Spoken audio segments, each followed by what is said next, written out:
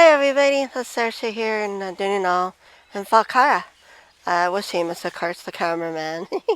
So we're here at the Ballyconnell Estates, Ballyconnell.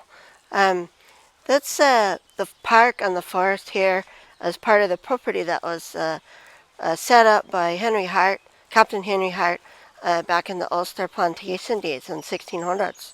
And then later, this place was bought by the Ophert family in 1767, and it was in their hands until finally it was bought out by the Land Commission.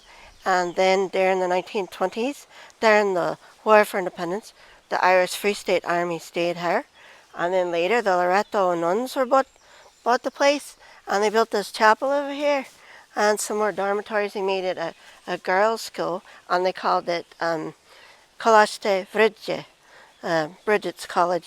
And then later it was bought by the Raphoe Diocese, and they made it into a boys' school.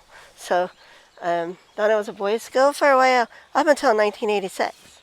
And then after that, the Wybrants Ophert bought it, and then it became the Falcarragh Park and stuff. And there's been lots of plans for the buildings and stuff, because it's a big property. And but mainly for us here now, it's the park. So we have the Saturday park run every Saturday morning at 9 o'clock. They run the 5 kilometres here, and otherwise during the week, like today, we can just be walking through the woods. So if you notice over this way, there's a huge cedar tree here, and then there's some exotic trees here. I don't even know what it is, some kind of palm tree, and lots of big ferns, lots of bluebells. There's some yew trees over there, some big rowan trees. It's a really grand walk.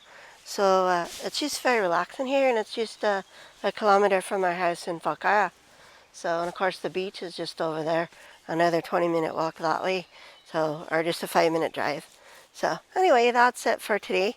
So glad you could join me, and have a splendid week. Sin Eagle Fall, Scannánaithe.